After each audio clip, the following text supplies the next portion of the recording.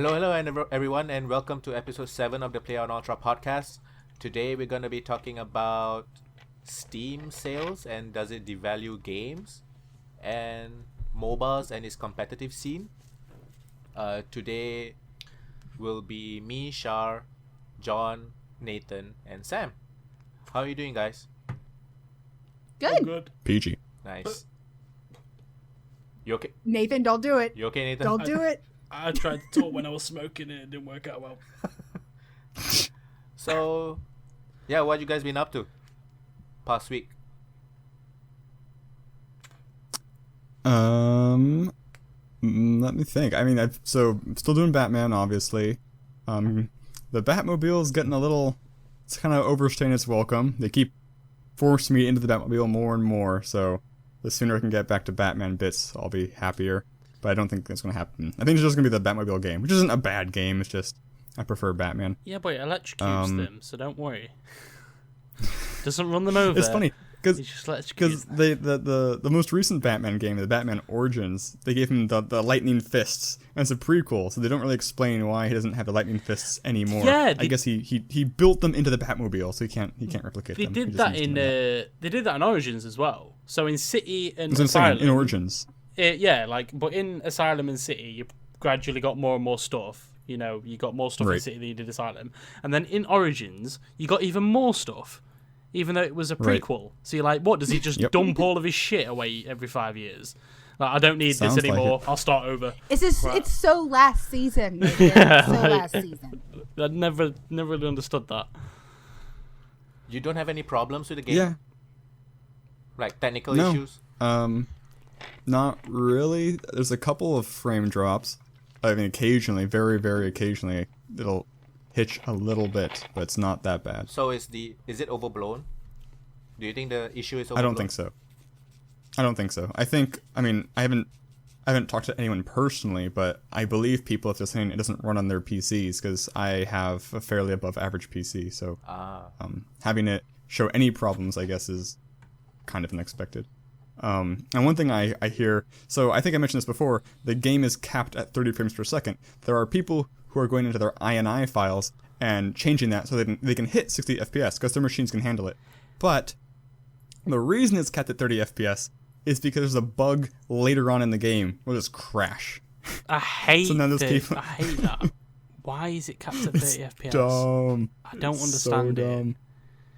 Yeah, it's pretty hilarious. Why would you cap the story the is game? Great. Oh, that annoys me. Because there's a technical issue with the game just crashing. I don't know enough to know. Well, I mean, news is coming out right now that Warner Brothers knew that the PC version was having issues and it was gonna suck. Right. They apparently had about like a quarter of the number of people who should have been on the team working on the PC port. Yeah, and they made the decision. They made a financial decision to just release the game. But how pissed off would people have been if it came out on the other platforms and it didn't come out on PC? No, that's a fair enough argument. But if you're gonna make a PC port, don't make it haphazardly. Like, put some fucking effort in. I mean, a quarter of the team. I'm not saying that. But... Yeah, I would have been immensely pissed off if it didn't come out on PC. But I think she said at the same time as the console. Yeah. Oh yeah. Yeah, it would have annoyed me. If they had put a delay on it, then no, I'd have been. I think I'd have been fine with that if I was an avid gamer. If they came out and said, "Look, we're having problems with the port, we need to push it back," because Grand Theft Auto 5 did that. They pushed it back 3 times. Didn't get that angry. I was like, "Yeah, if they got problems." Did they only push it back for PC, or did they push it back for everything? Well, no, because it came out a year. Well, it came out a year before the scheduled PC. Release date on consoles. So it came out on PS3 and Xbox 360, and then it got re-released on the next gen, and then like 7 or 8 months later, it was they set a release date for the PC, and then that was meant to be like November, and then they pushed it back to like February, and then March, and then April. But when you say that everything's going to be released at the same time, like it was supposed to be for Batman. Where they released it on all the platforms on the same day. If they had said, okay, we're releasing it for Xbox and PlayStation and whatever the fuck else they release it for, and the PC version will be released at this time. If they had done that long before and they said the PC is going to come out later, I don't think people would have been as pissed. But if they came out like right around the time where it was going to be released and they said, hey, yeah, sorry, we're having issues, so the PC version isn't going to be out until, you know, X date, I feel like people still would have been pissed. No, they would have been. There would be people who would be understanding, but I feel like there's still be people who. I don't think it's justified though. The fact of the matter is, the PC version is a port. It's not a standalone version. It's a port of a console version. So there's gonna be problems. Look at the Dark Souls port for PC. It was terrible. Ports always have had issues. They always have. So anyone who knows anything about development would go, oh yeah, okay then, it's a port, so they're having problems with it, cool. But then people are just, oh, I need it now, or else, oh god, I need it now. Like, no, just wait. Like, you know, let them do what they need to do. I think if the problem with a game is bad enough that you have to pull it from the online stores, that's a sign you probably shouldn't have put it up. You should have waited a little bit. Yeah, yeah, definitely. I mean, yeah, I agree with that. I feel like they should have been ready for the release, but I mean, there's still people like you that can play the games. So, I mean, right. And yeah, I mean, I haven't played it Arkham Knight myself. I've been wanting to, but I haven't had the. I can't spend the money on it right now. I can't justify it. I've been trying to, but it'd be stupid.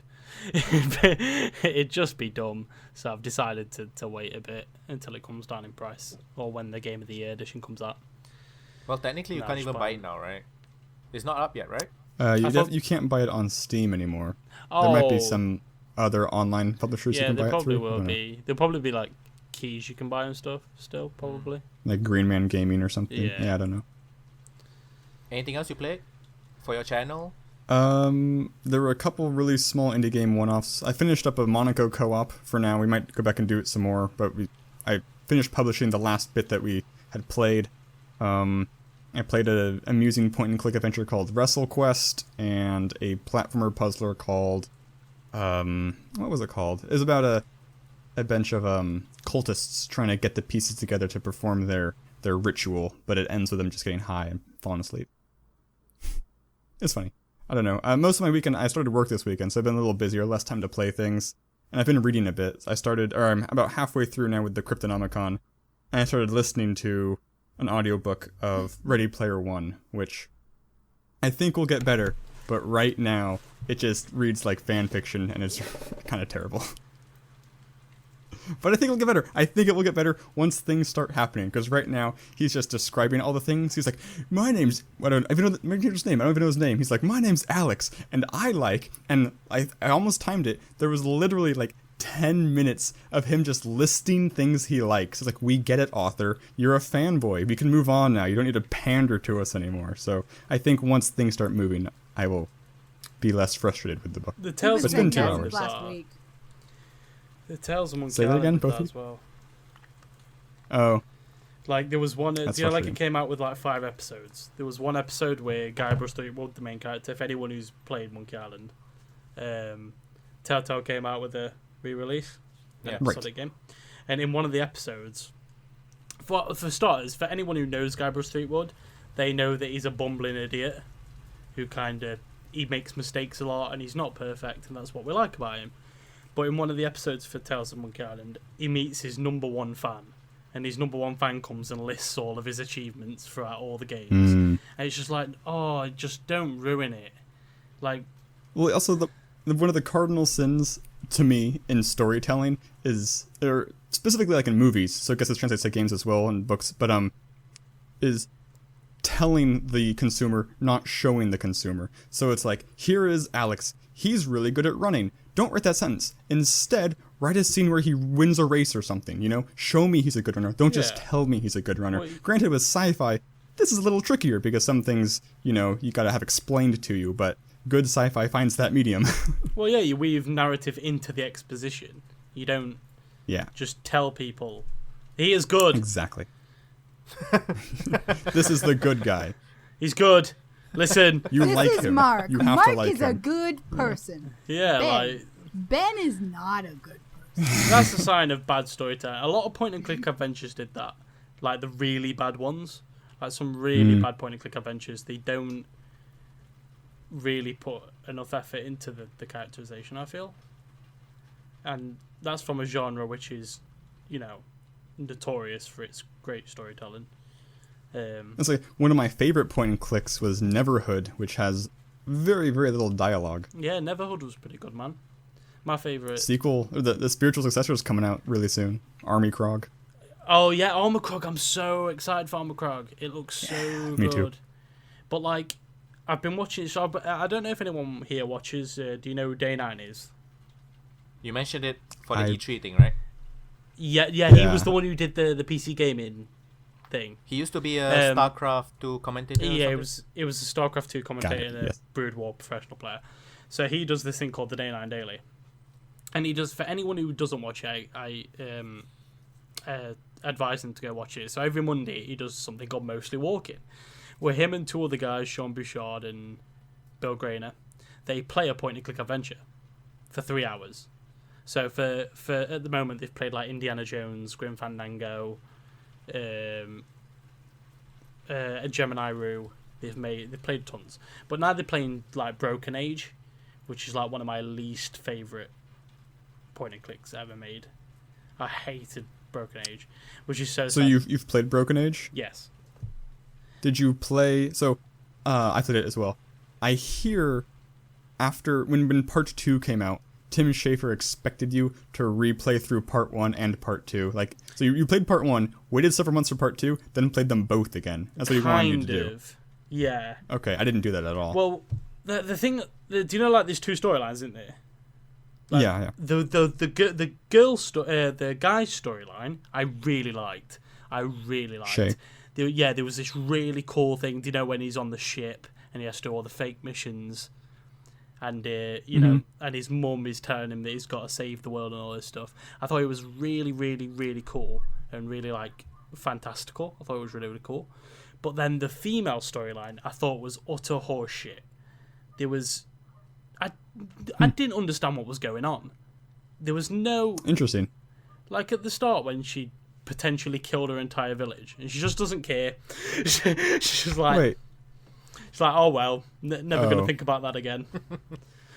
I don't know if that's true. That's a little exaggeration. I think my problem was, in part 1, it just seemed like 2 separate half games almost, and then in part 2, they actually forced you to switch between them more regularly, and that's exactly what I wished. But I thought they implemented it really crappily. I thought the implementation for him to switch views, like there wasn't a strong indication of, oh, I'm stuck, I need to play the other storyline now to get clues to finish this storyline. Because it was completely not there in part 1. It was really off-putting in part 2. Some of the transitions were really good though in part 2. Some, not all. Yeah. Some, right. But and it was Tim Schafer as well. I was so disappointed. Tim Schafer is like the guy. He made like Monkey Island and all Psychonauts. this stuff. Yeah. And Psychonauts, yeah. Grim Fandango. Like, come on, guys. Grim Fandango. Yeah. Day of the Tentacle. Another really popular one. Yeah. They do Costume Quest? Costume Quest was okay, I think. Yeah, it was alright. I think he did that. I don't think he did that though. I know it's Double Fine.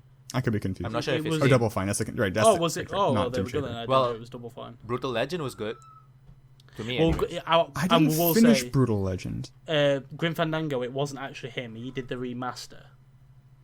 Ah. He did work on the original because he was part of the LucasArts crew, but Double Fine Productions was the one who did the remaster.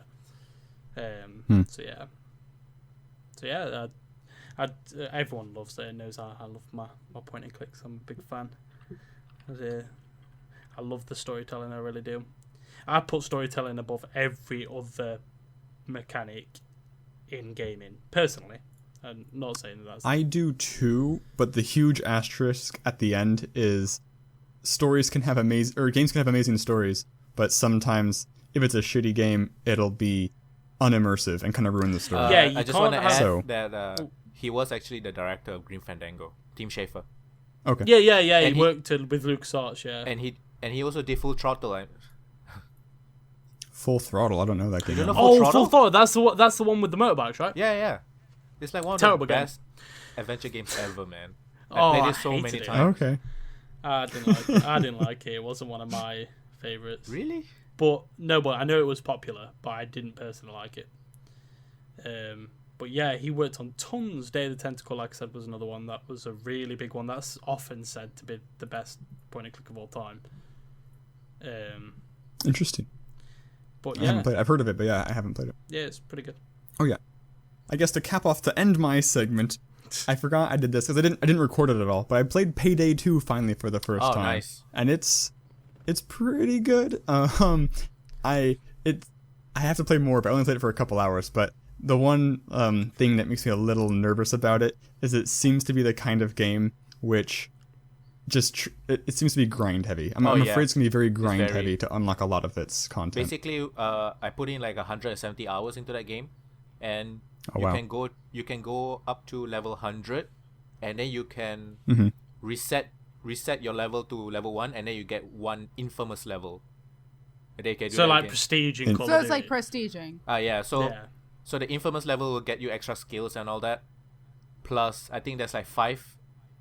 When I stopped, it was like 5 infamous levels. So there was like you have to level up like to 105 times, which is freaking crazy. Well, I'll report back because I only did like 4 or 5 heists, and they were all a little samey. Like they're all sneak in here for some whatever reason, attach a drill, and then just fight stupid NPCs until the drill's done. I do feel like GTA 5 had that same problem. As much as I liked the heists, once you've done one, you've done it all. Kind of done them all.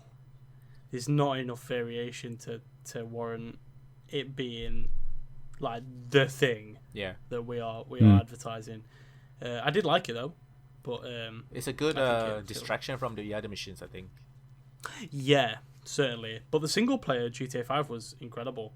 I haven't had that much fun on a single player open world game in a long time. I just finished it like a few days ago. Like the characters were so, I'm not going to say well written because they kind of weren't, but they mixed well. They merged well. You cared about them as well. Yeah. I think there were some problems in the narrative, but for the most part, you actually cared what happened to them, which was great. You were interested at least. Yeah. I thought that was great. So yeah, Payday 2, it's very grind heavy, and there's a lot of meta rules in it. So that's why I haven't played online with random groups yet, because I don't want to be the noob who does the stupid thing that everybody knows not to do. Yeah, Payday 2 is I wouldn't say a very steep learning curve, but there is a learning curve. Okay. That's what I did with League of Legends. I just got on. I was just like, I'm sorry guys, I'm gonna fuck everybody's shit up, not in a good way. But on League of Legends, they don't care. They just call you a dickhead anyway. But I know. Like, whether you're good or bad. I'm not too sure, but I think Payday 2, the host can kick you out. Yeah, I believe. Can. For just being bad. For whatever reason they want. That's just not like. Some assholes have I done know that's this true where for You know Final what? Fantasy I don't even 14. want to play with people like that. There's some assholes where they created a game, waited for everyone to come in, finished the mission, and right at the end he kicks everyone out. So he keeps all the money. Yep. And it's not even like split the money, you know. It's everyone gets the same experience. Oh, okay. So it's just spiteful, no gain. Yep. What a That's douchebag. lame. And then there's people where so basically a lot of missions is you have to go to a certain spot to end it. They'll just be standing at like right outside of the spot. So yeah. So the community isn't exactly the best one, but the game is quite fun. It can't be worse than Well, League I of only Legends, man. plan to play it with people I know. So. Yeah. Is there friendly fire? No. No. I was gonna say No. you could just shoot him if he did that. No, there's no friendly fire, so yeah. So That's what I would do. So John, you and Sam So that's why you and Sam played we don't Broforce, play. right? Yeah, Yeah. we did. We played through the campaign. Yeah, and the first video is up on the YouTube channel. You guys having a I've actually first 3. Yeah, the first one up on Wednesday, and I've been doing one a day. Say that again? The first one went up on Wednesday, whether that was the first, and then I've been releasing them every day at noon Pacific time. Ah, okay. So, Yeah, so as of there are today, 3 because up this now. is Friday, yeah, there's 3 up. Okay. That was fun. I didn't tell you because I didn't know if we wanted to tweet every single one. Because I don't know, I only tweet the first video of a playlist usually. Oh, okay. Well, yeah, it's a playlist, isn't it? Yeah. It's there. They're in the playlist. If they cared about the first one, they'll follow it. They don't need to know about the other. But yeah, I mean, that was fun. I played through Broforce many times, and it was cool to actually play it co-op because I hadn't done that before. But of course, like the day or two after we finish, there's a new patch with new content, so we missed out on the 2 new characters and flexing fun. We should just do it again. We should just do it again. I know a couple other people from this cast wanted to do it. Yeah, let's just or at least John everything. Oh, that's not going to be confusing. It's so chaotic with more people. It's nuts. It's really easy to sabotage each other I'm inadvertently. thinking of getting it. Broforce is 33% off right now. It's good, and it's only getting better as they release new content. It's been in early access It's for how early long? access right now. A fairly long time. I don't know. Many months. So, Sam, what have you been playing? Well, I played Broforce with John and made a fool of myself a little bit because the first time I ever played it. I've played a little bit of I've been downloading a couple different ROMs because I'm thinking about kind of maybe recording some older games because I mean I like the older games. Retro stuff? Yeah, so I recorded or rather I downloaded the Scooby-Doo Classic Creep Capers, which was a game that I played on like my Game Boy. I love that game. I know, and see, the only thing is that for some reason with that ROM, and I've downloaded it a couple different times to get a couple different files for it, and for some reason it wants to just, it's playable, but I don't know if it's going to make the best recording because there's this little black box that pops up on the side of the viewer. I don't know why it's doing it. It's got to be something to do with the system that it was pulled off of. So I downloaded that. I also just downloaded Super Mario 64. I also downloaded Diddy Kong Racing because I used to play that game on my. I played that game all the time on my N64. That game was so amazing. Yeah, so I've been downloading those, thinking about possibly recording some of them, seeing how that works out. And I've also just been reading a lot still. I'm still reading the Anita Blake series. I think I'm on book, oh god, somewhere between 11 and 15. I'm not sure which. So. Fair. So when are you going to put all of this up on your YouTube channel? When I get a YouTube channel. You're another boss of me. I'm having issues coming up with a name still. So is it Super Sam or not? I don't know. It was going to be Super Sam, but then my boyfriend came home and he's like, you've got much better options. And then I started rethinking my whole life. So did he give any options? No. Just creating trouble. Yeah. You've got much better options, like what? I don't know. Exactly. Super duper Sam. I think Super Sam is fine. Yeah. I was thinking about maybe just going super fucking simple with it and just like I am Sam or some shit. Just super simple. Or Sam Egg and Cheese. I don't know why. For some reason that's funny to me. Isn't I Am Sam a movie with Sean Penn? Green Eggs and Sam. That could be. I think it actually is a movie. I was wondering why that sounded familiar in my head. Oh, actually, that'd be a hilarious crossover between us, though. Green Eggs and Foehamner. Green Eggs and Woo! something. I don't know. Green Eggs and Sam? Green Eggs and Sam. I just like Super Sam. There's a lot of ham because themes going around. Yeah, Super Sam's better, I think. Super Sam's good. I don't know. We'll see. If I start recording stuff and I still haven't gotten a YouTube channel yet, I think I'm just gonna go for it. Just get to the a dictionary and find all the adjectives that start with an S. Slimy Serendipitous Sam. Sam. Slimy Sam. Serendipitous Sam. Sultry Sam. Oh, that's. Do you know the amount of people that I can actually spell serendipitous? Do you know about people that know what serendipitous me means? Serendipitous is one of the hardest words to translate out of English into any other language, apparently. Oh, yeah. Really? How do you know that off the top of your head? It was on QI. It was on NPR. I saw it on QI. Oh, maybe it was QI. So, anything else? Or what about Nathan then? Me, League of Legends. I got demoted, then promoted again. I'm back in Plat 5. It's fine. I had a 13-game lose streak, and I got demoted to Gold. Oh no! But That's then I like got- my entire streak.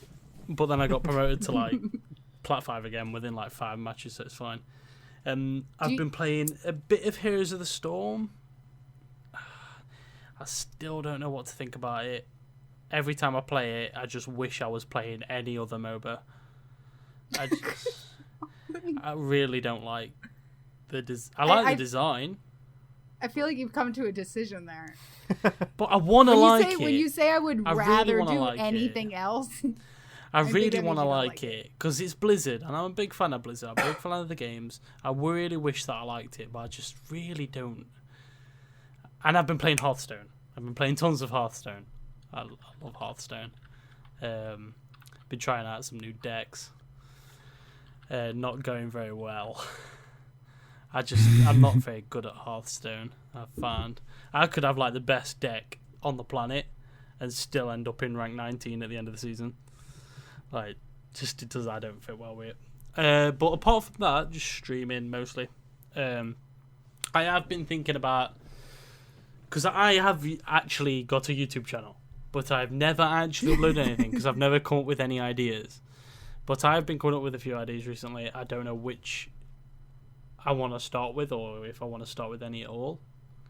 I was thinking of doing, so it's a bit like a review sort of. So I'd pick an upcoming game or a game that's come out recently, and then talk about how much you hate it, because it seems like you hate Kind every of. single game. kind of, you're close, Sam. You're gonna do If you're gonna do like the. Oh my god. Okay, I'm so sorry. I'm just gonna let you guys know. If you guys are hearing any interference for the podcast on my end, I'm sorry. It's July 3rd out in the fucking boonies, so everybody's shooting guns and blowing up fireworks and shit, and I've got 6 dogs who are going to bark at all of it. So I'm sorry. I apologize in advance. Don't blame the people that are editing. It's my fault. That'll be me. No, that would be sure, yes.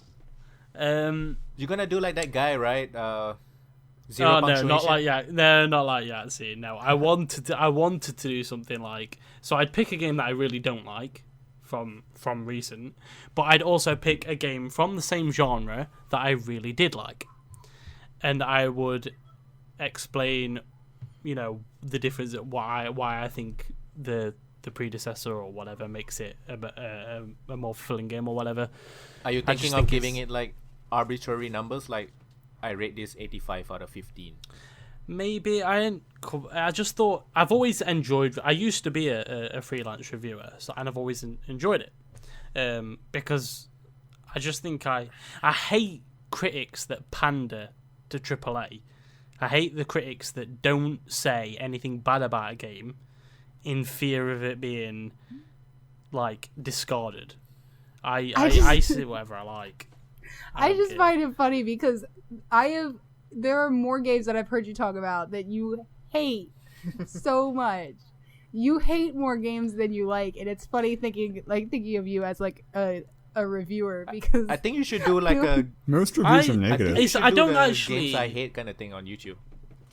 That's what I was thinking all the about. things I hate. But I don't actually hate a lot of games. It's hard to impress me. I'm not the dude who's going to sit there and go, yeah, it's got flashy lights, so it's good. Like, I'm one who likes to look past the blinky lights and the good graphics and actually see what's bad about the game, because every game has its problems. Anyone who sits there and says, oh, Skyrim's a perfect game is lying or stupid. I think you should do Like, that. Or they just don't want to see the bad. They just want to enjoy the well, game. then you Straw don't, man. which is fair, but I like seeing the bad in games because I want them to improve. I don't like disliking games. Whenever I play a game I dislike, I don't go, yay, another one for the collection.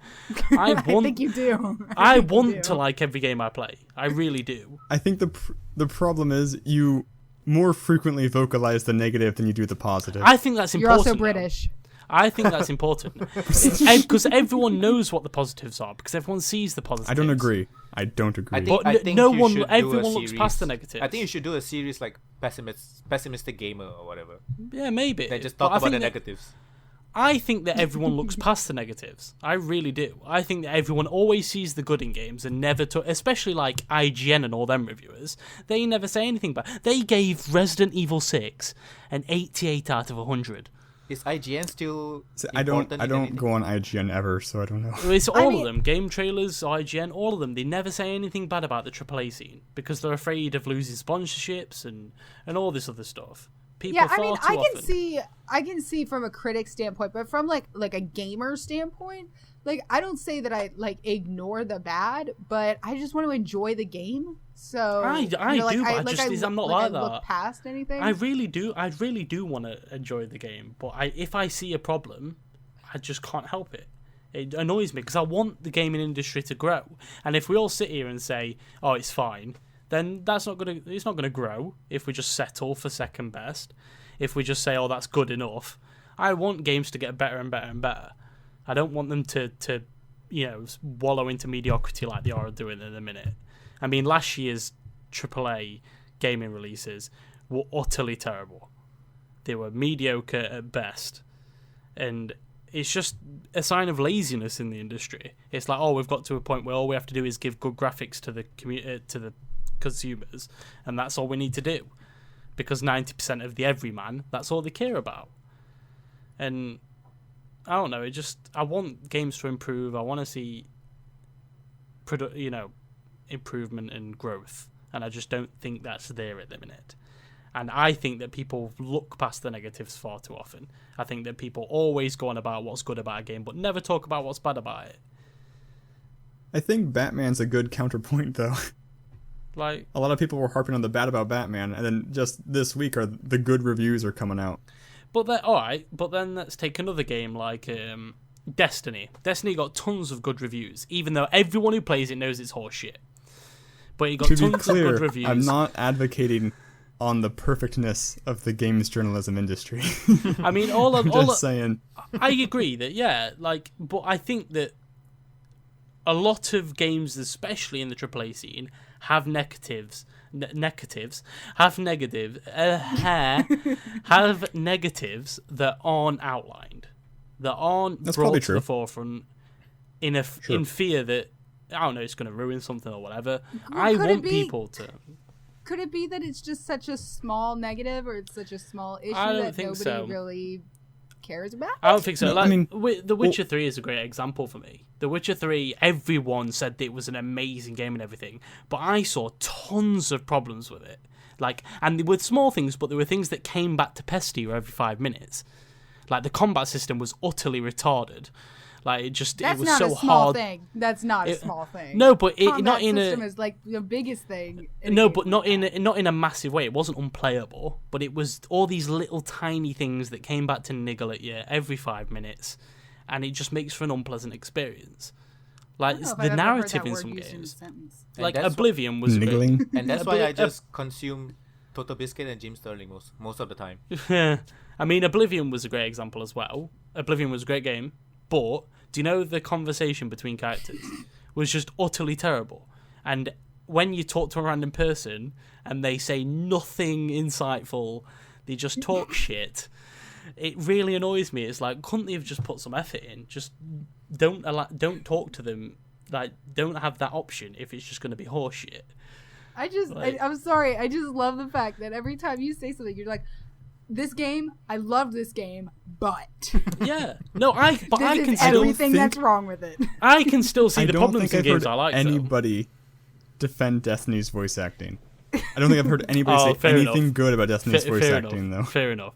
But I love a lot of games. I really like a lot of games. But I can also see the bad in the games that I like.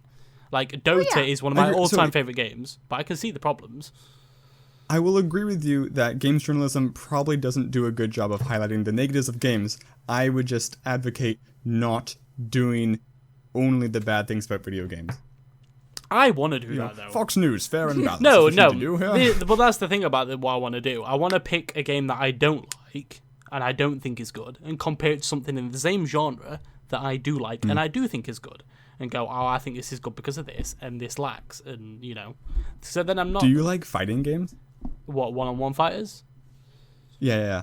Like arcade stick fighters. I can All right. play them, but Are you talking like Mortal heard Kombat? something. yeah. Yeah. Okay. Well, I'd heard. I'd missed this from E3, but they're making Killer Instinct Oh, for yeah. PC, which is super Yeah. exciting. Oh, yeah, Because I've heard, yeah. Stick fighters are kind of like RTSs for me, where I dearly love them, but I am terribly bad at them. Oh, I can't love it. remember I the forgot to one that mention I this week. used to play. Oh God, what was it? There was like a lot of them, and I remember. Marvel vs. Capcom. King of Fighters. No, it's. Street remember Fighter. the- Oh, Mortal Kombat is a large running sequence, if that's what you mean. Or Mortal- you mean a lot of characters or a lot of games? A lot of games. I remember one Street girl Fighter. in it. Okay. I am going to destroy her name. I think it's Nisha Yu. Soul Calibur? Yes, I played that one. There's only I don't know. 3 Soul Calibers, aren't there? 5. No, I What? know I There's have five. that one. I don't know Okay. if that's the one that I was thinking of. But yeah. And actually the voice acting thing that I wanted to say, has anybody here played Neverwinter? Yes, I've played The Neverwinter. MMO or Okay. Briefly. Yeah, the MMO. no? Oh, not the MMO. Sorry. I enjoy it. It's enough to keep me busy when like I'm bored and I don't know what I want to play. But the voice acting, some of it is like okay, that's somebody talking. Some of it is hilarious. Like there are accents that you know that they're trying to be like something like Scottish or something like that, but the way it comes out, it's hilarious. And it just I want a compilation of like all the voice acting in Neverwinter because it is hilarious.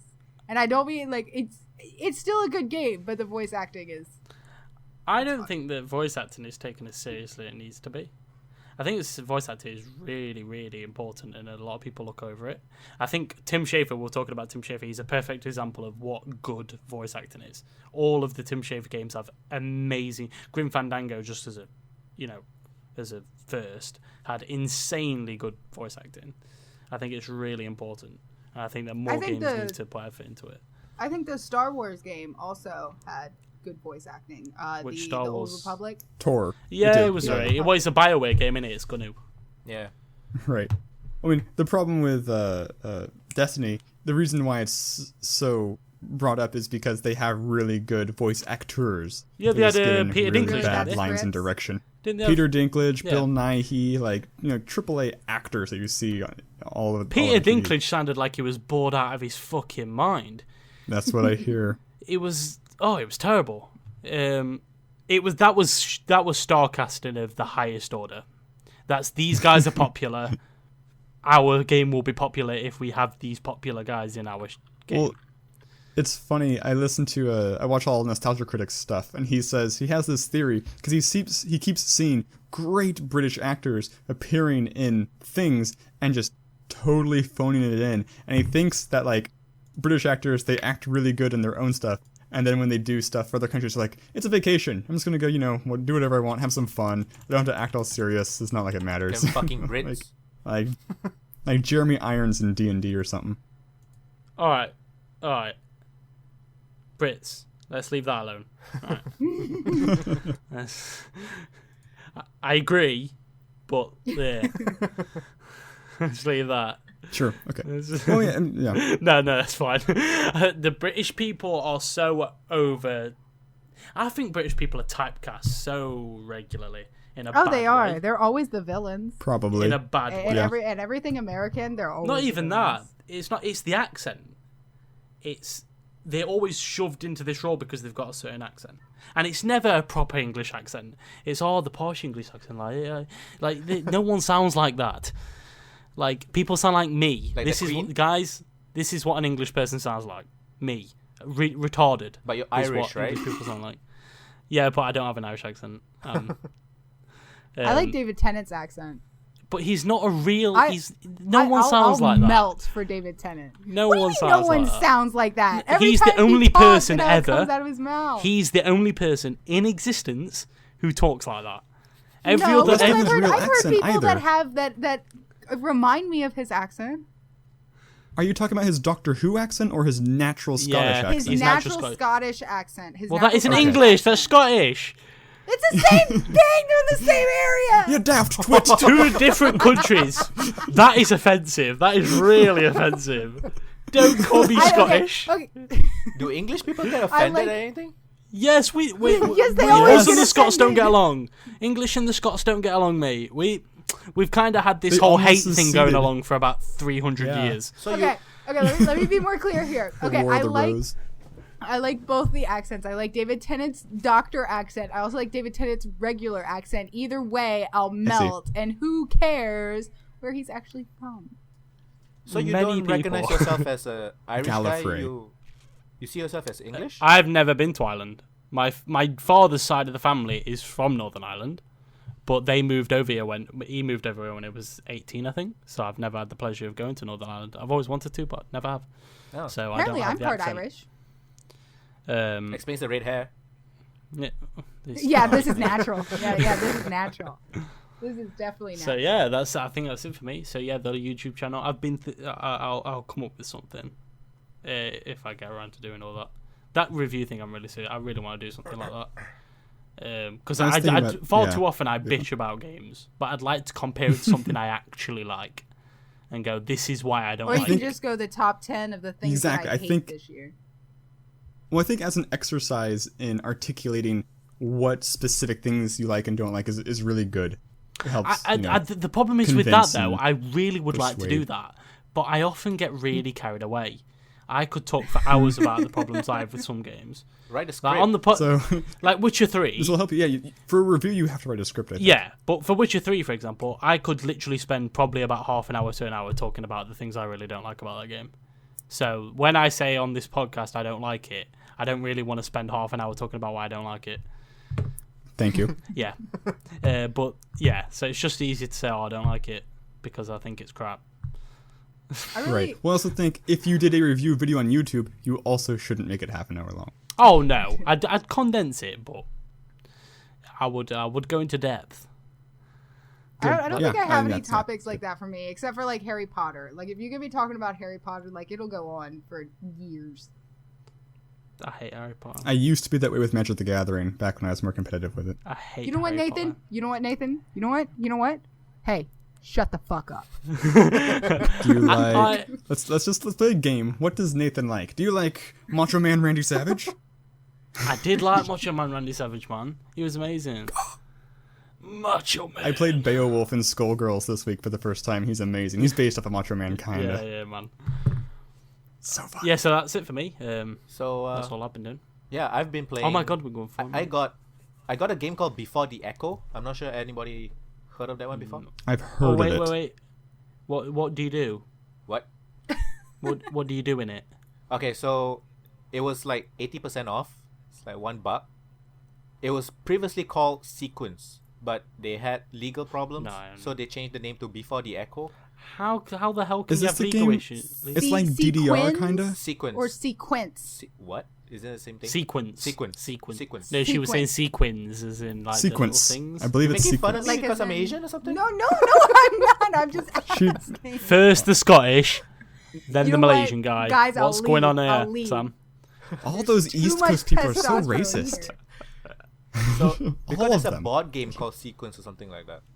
Ah, right, okay. So they like went after these guys, and so they renamed it Before the Echo. Yes, I have played this game back when it was called Yeah, Sequence. I know you have it. So Oh, I so do. it's an RPG where the combat system I have is it. a rhythm game. Oh, okay. So it's actually It's got a really good soundtrack. the music's really good and the writing is also very good. Like the dialogue and the character interactions, the writing itself is really, really good. I've only played like the first 1 hour or something, but I really like it. I think it's I good. hate that. Do you know, like, the whole they had to change the name for that? I hate that. Yeah. I really hate that. Do you know that Bethesda did that? One of the most disgusting things I've ever seen done in the industry. With scrolls? No, do you know there's a YouTuber, I can't remember his name, but he was making a game called Fortress Fallout. And Bethesda wanted to sue him for using Fallout in the title. Isn't Fallout just an Mhm. English word?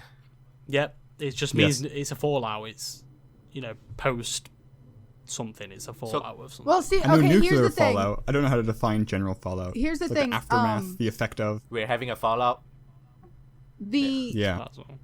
usually just means a bad thing. the game, the Googling it Bethesda might have a patent You can't. for It's impossible. Fallout. But it's no, a general no, word. it's not. It's no, a word. No, no, no. You can't patent for a word. Fallout as it relates to gaming.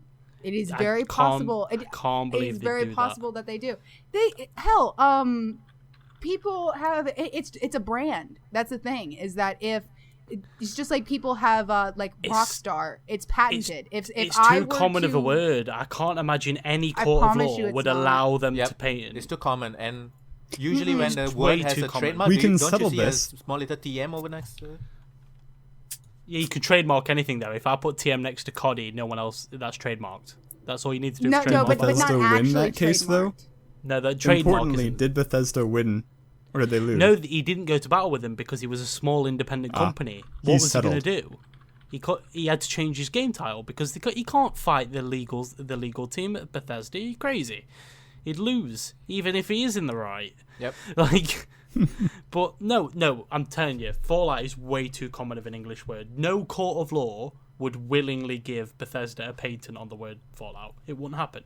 I'm not saying that they have a cover-all patent for the word Fallout. I'm saying that they could have a patent for Fallout as it pertains to video games. I understand or what you're gaming. saying. It's too common wasn't- though. I can't imagine that'd happen. If that has happened, it's Wasn't there this- despicable. It's just a general word. I don't think they get. Yeah, I don't see. There was how the you same could do trouble that. though with Banner Saga. I think it was Banner Saga because like Candy Crush Yeah. Oh, Saga yeah. sued Banner Yeah. Saga. And they lost because everyone said, They "Oh, lost. that's retarded." Yeah. You can't do that. No, I hate that stuff. This is Man, it annoys This me. is something Bethesda like to do. They did that with the Mojang card game, right? Scrolls. Yeah. Just because it had the name Scrolls in it, so they thought people would Yeah. think it's Hmm. Elder Pathetic. Scrolls. Like, the fuck? Bethesda. Yeah, can I be- mean, I'm not saying that it's Lame. right. I'm just saying that it's possible that they have some kind of trademark or some kind of patent on it.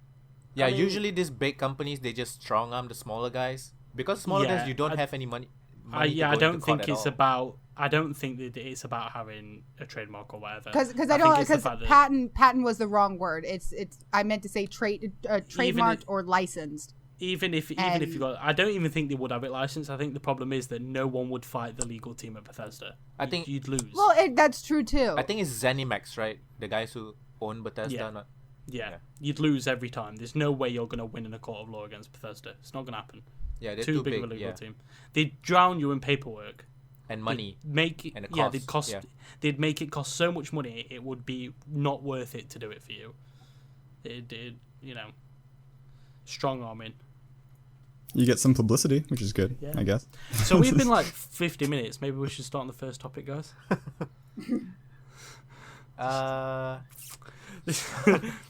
So Steam sales devaluing games. So recently with the Steam summer sales and all that, I thought this would be a good topic to talk about. So do you mean like does it devalue? Devalue games? Yeah. I don't think so. Well, okay. So I'm just gonna read out some snippets of a GOG. I think it does. GOG interview with Rock Paper Shotgun. Good old Yeah, Good Old games. Games. Yeah. So Rock Paper Okay. Shotgun interviewed the managing director. I don't know how to pronounce this guy's name. Ramborg or something. It's a cool Yeah. name. So he said like selling games at too high a discount, one often sees discounts above 80% off here and there, sends a message to gamers. This game, simply put, isn't worth very much. So it is. He also says it's damaging the long-term value of your brand. Slashing the price of your game is easy. Improving the content of your offer when you release your game, that's more ambitious. One industry failed to provide gamers with a fair, attractive offer on day one and therefore convince them to buy games when they are released, which is the best way to support a publisher or developer from a financial standpoint. Heavy discounts are bad for gamers too. If a gamer buys a game he or she doesn't want just because it's on sale, they're being trained to make bad purchases, and they're also learning that games aren't valuable. But he also said there's a counter argument to that, which is that sales encourage people to try games that they're not sure about. And he actually gave a very interesting stat here. We actually generate more than half of our revenue from full price sales simply because we keep our prices reasonable in the first place. Their average sale usually tends to be around 40 to 50%. So yeah, so he's basically saying it devalues game, it damages your long-term value of the brand, it tells people that your game is not worth full price.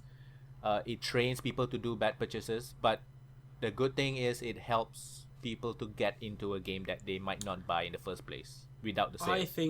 I think everything in that first part was utter horseshit. Why? I agreed with most of it. I don't... Because, right... To say that it gives the impression that the game is not worth anything, utter bullshit. Sales have been going on for way long, forever. Multiple companies, for not just gaming industry, for everything, have been doing 70, 80% discounts all the time. It's not the first time it's happened. Steam aren't the first ones to do it. No, it doesn't devalue the games. That's utter horseshit. It's just them trying to stop, gain more money from, lowering the discount on Steam. That's all that is. 2, it doesn't devalue, your long-term purchases and the image of the company. If anything, it strengthens the image of the company that they're willing to put up for this one time. For the summer sales, they're willing to put their games up on sale for this much. But Steam don't just have summer sales; they have sales like every week. They do, but these. If you look at, I obviously we all check the sales every time. Where the most discounts are is in the summer sales. The summer sales is where you get all the massive discounts. Yeah, the rest of them are kind of like there's sales, but they're not to the same extent. No, but the summer sale is the winter sale's pretty good. The holiday sale. There's that. Yeah, too. but that's not just like on Black Steam. Friday. Everywhere has the sales midweek sale might not be that good, but the weekend sale you can go up to 75%. But not on AAA titles normally. They're for lower branch games that don't get the sales that they might need. That's what sales are for. The ones that aren't valued. But didn't you just say just now about Arkham Knight? You're gonna wait for a sale to buy it? No, I'm gonna wait for the game of the year. Game of the year. Yeah, because I can justify paying money for the game of the year. In my mind, there are there's so many gamers out there that will want to play a game or want to buy a certain game or even just want to get more games, but they're in a situation that a lot of gamers are where they don't have a lot of money to spend $60 something or $49.99 on a game. So when those Steam sales come out, we are able to actually buy games, whereas the majority of the time, because for a lot of people $20 is just not something that we can spare on a video game. So in my mind, when you get so many people buying those games that go on Steam sales, then you get, is it really better to have a small amount of people buy your game for full price or a large amount of people buy your game at a discounted rate? But that's not the question here, right? That's not the question. Well, yeah. I guess I don't think it devalues games at all. I don't see a game on sale for 50 cents or whatever on a Steam sale and say, wow, that must be a terrible game. I look at that 50-cent game. That's not what devalued means. Yeah, that's not what devalue means. Devalued does not mean you think the game is bad. It just means you think it's worth less money. Yeah, you don't. But I do. No. That's what I'm saying. But quite often I do. I don't think. Yeah. No, but That's weird. Sometimes I do. Sometimes if I look at a game that just came out, whatever, it's AAA title, don't really matter. If I see it for, you're on dollars, so I'm going to use dollars. Let's say it's $60 on Steam. If it goes on sale, yes, absolutely. I do not think it's worth $60. I don't think any game is worth $60. I absolutely think that. That is ridiculous. And see, I would say that because of Steam sales, you think games are worth less money than they actually are. No, I just think they're not worth that much. It's not because of Steam sales. You think that, right? No, I thought this way before Steam. Yeah, I thought that way before Steam, dude. On games back then, way more expensive. The games didn't cost $60 before Steam. Back when I was... No, they were. When I was a console gamer, back when I was playing the PS2 and stuff, games were like £40 over here. I still thought they were too expensive. Because back when I was playing Xbox, I didn't even know Steam existed. I was so far, removed from the PC gaming that I had a laptop where I barely did anything on it. It was strictly for, schoolwork, shit like that. I was extremely far removed to the point that I didn't even know what Steam was. And every time I went into GameStop, every time I went to go buy a game, and they were $60 for the new releases, I'm like, that is fucking insane. $60 for a game because there were sales. Steam does not have a monopoly on sales. Because sales are a thing, players wait So that's one thing you said, the good old game guys, he said most of his sales come from full-time purchases. That's very interesting because when I look at Steam games, the vast majority of their sales, with the exception of maybe day one purchases, are only around sale prices. Like, I was watching the developer of Castle Doctrine, and he has an interesting pricing structure where he does not participate in any sales. I think that's what he was doing, I'm not sure if he still is, but he did the Minecraft price structure where he releases the game day zero at whatever, $10, and then he ramps the price up after so many sales. So the price is never ever going to go lower, theoretically, than it was on day zero, because he thinks that sales are devaluing games, and I agree with that. Although, I mean, I don't know that's a bad thing per se. I'm just saying I very, very rarely pay more than $15 for games now because I value them so lowly. I constantly pay £40 and £50 still for games. GTA I paid £40 for. I've played tons of it. I just don't think so. I think, yes, if I see a game that I like, let's say I saw GTA on sale, I'd go, yeah, I'd buy that. But if it wasn't on sale, and it wasn't, I still bought it. But because GTA is such a huge thing. It doesn't matter. It's a AAA game. It's not about how big it is. If Are it's we same just with talking anything, about AAA?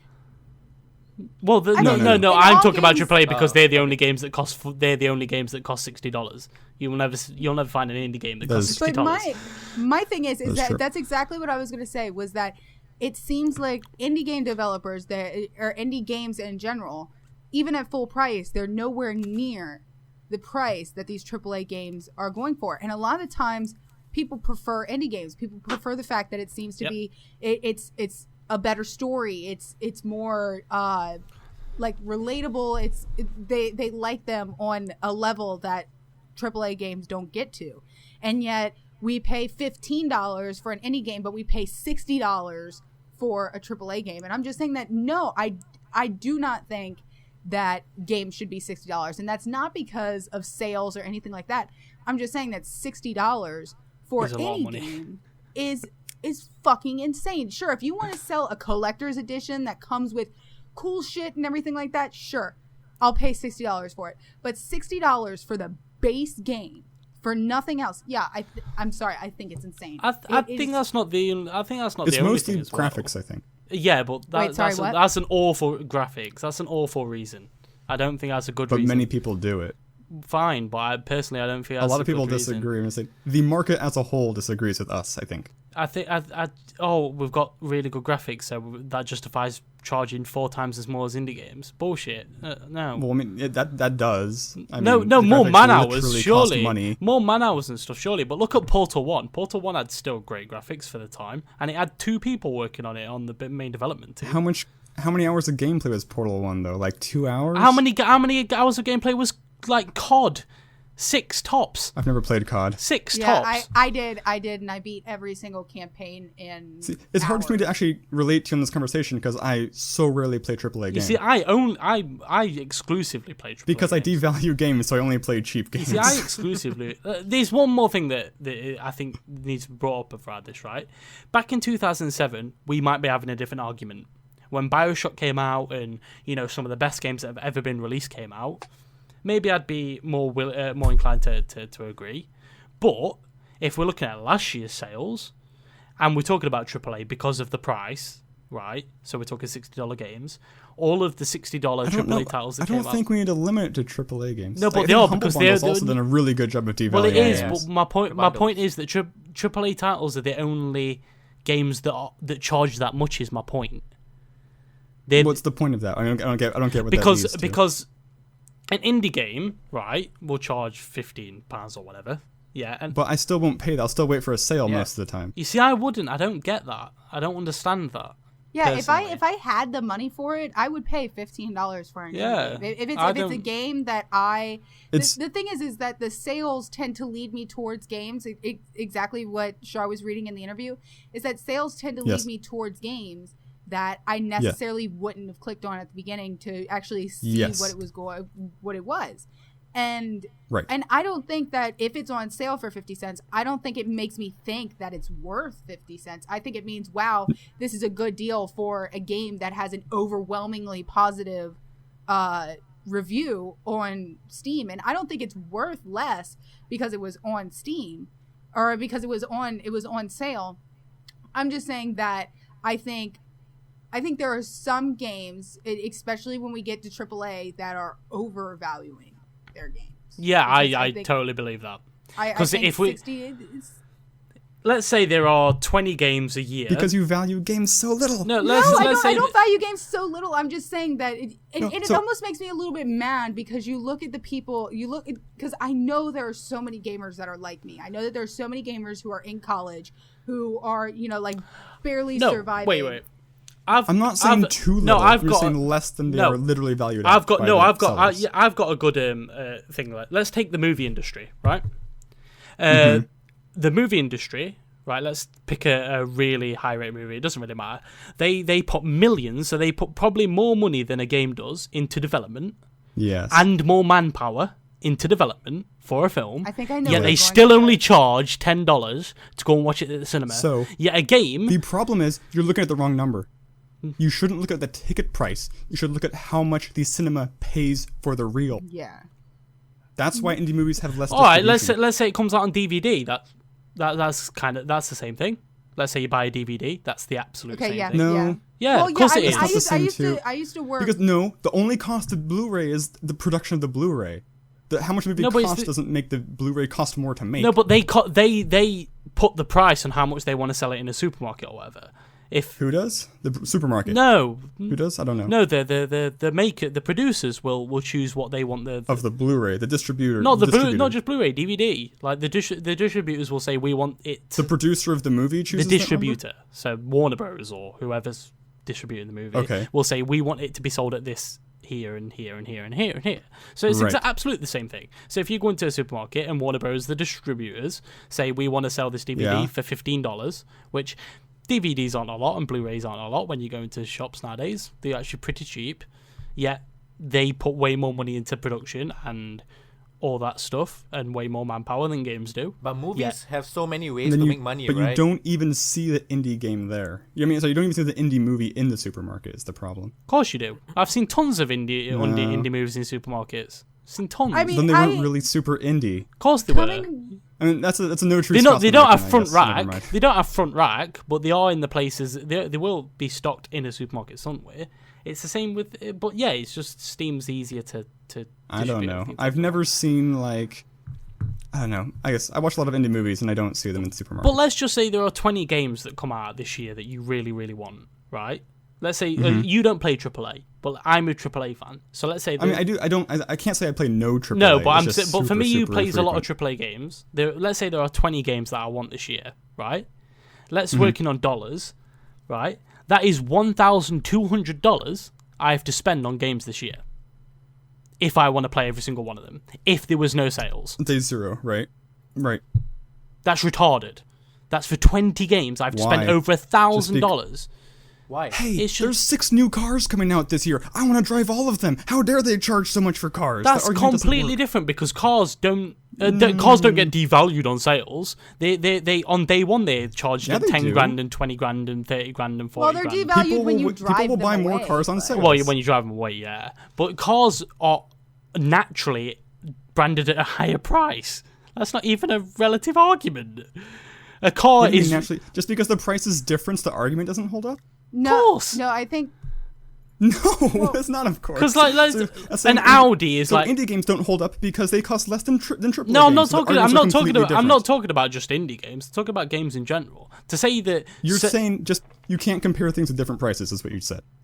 No, I'm saying that if it was like, let's say you had a Mercedes that came out and it was $8,000, right? And then you had a Mercedes. No, but I'm just using the numbers don't matter. Just any number, yeah. And then you had a Mercedes that was relatively the same car, and they priced it at $16,000.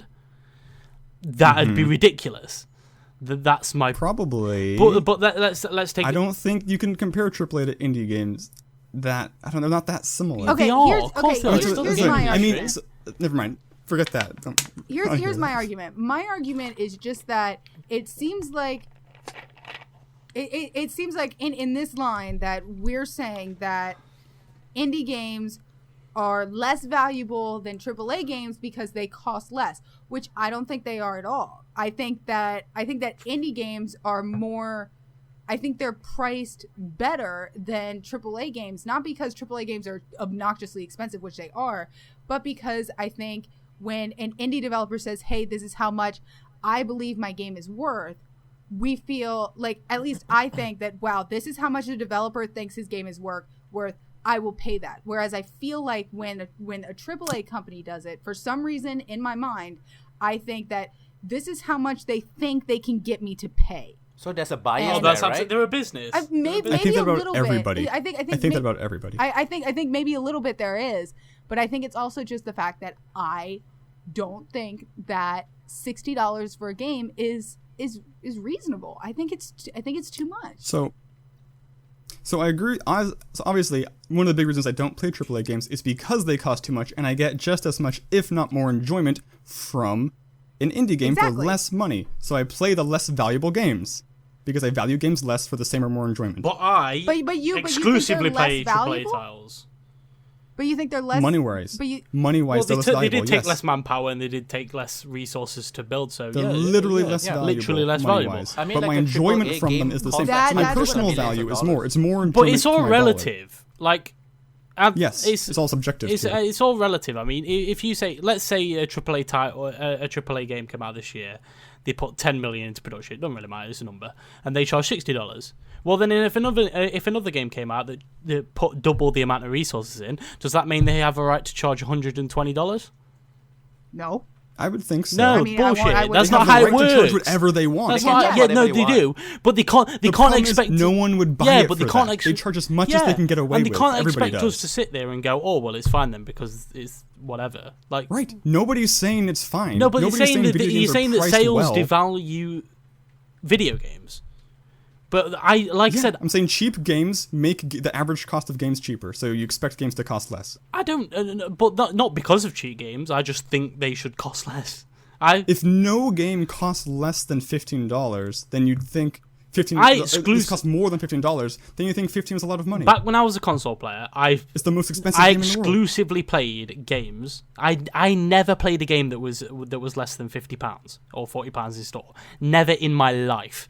I'd never ever seen a game because I wasn't a PC gamer. So they were in the console environment. There is no indie development virtually for console gaming. I was a console gamer, right? So when I saw these games in stores that were £40-50, I thought they were excruciatingly expensive. Not because I'd seen other games that Right. were cheaper, just because I thought that was too expensive. Right. It's like gasoline now. If an old guy looks at gas, his mind explodes. But it's all relative, like you were saying. Yeah, but what I'm saying is, but you said because you see cheaper games, it makes you devalue thing. More so. No, but I'm More saying so. when I was a console There's gamer, a difference between There's a difference between thinking games cost too much and thinking that the accurate price for a game is much lower. Well, I think I'd agree, yeah. I think I've always thought that the accurate price for a game should have been lower. I think honestly, the more reasonable price for a video game, even though I still think this is pushing it, but that's only because I'm coming from a standpoint of somebody that was never really able to afford a whole lot of new games. So I think something for a AAA game, I think $40 would be a much better price point for all new games versus the 60. And I mean that's just me, but I mean I've always thought that $60 was just Why is way my too question is much. why is this piping up now? We're saying that Steam sales, blah blah blah, reduce the thing, but sales aren't a new thing. Sales have been Well, going yeah. on for decades, and we've never had this problem before. When in anything, What I've never problem? heard this argument. You mean the question? Yeah, I've never heard this Oh, argument. I've heard it before. I personally haven't. And I'm not just talking about video games. Sales have been going on for decades for multiple, genres of anything. I've never heard this problem. Oh, it's devaluing stuff. No, it's just because it's on sale. I have. That's why there's laws against, price locking, fixing, and that I know kind of stuff. that, but I've never. Amazon got in trouble for it for their books. I know that, but I've never heard the argument. All sales for, let's say, this furniture or whatever. It doesn't really matter. Oh, the sales on this stuff devalues it. I've never heard that argument before. Anywhere I outside. think you never the video hear it game. because it's obvious. It's very apparent that if all furniture starts selling for less, people start valuing But that's furniture not a for sale less. at that point. A sale is an exclusive time period where you sell merchandise for a smaller price.